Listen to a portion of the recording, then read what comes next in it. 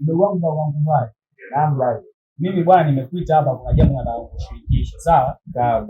Unanijua vizuri kaka yako mimi za watoto. Yaani nikiona toto zitu saa sita huwa zinanichanganya akili. Wewe unajua. Nakujua gapi? Sasa kuna mtoto wa Shelani hapa. Wa Shejuma?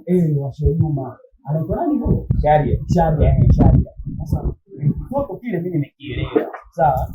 Lakini ukipata front naogopa kwa sababu inaonekana kitapata majuba kile itaita masuala ya madrasa, afu mimi kaka hapo madrasa sijafika.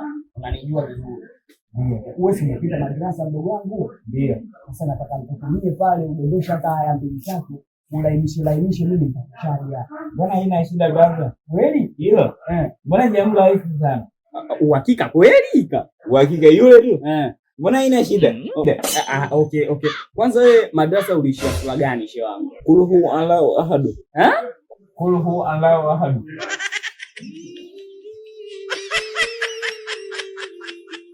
Subscribe kisha bonyeza alama ya kengele wa kwanza video zetu kila siku.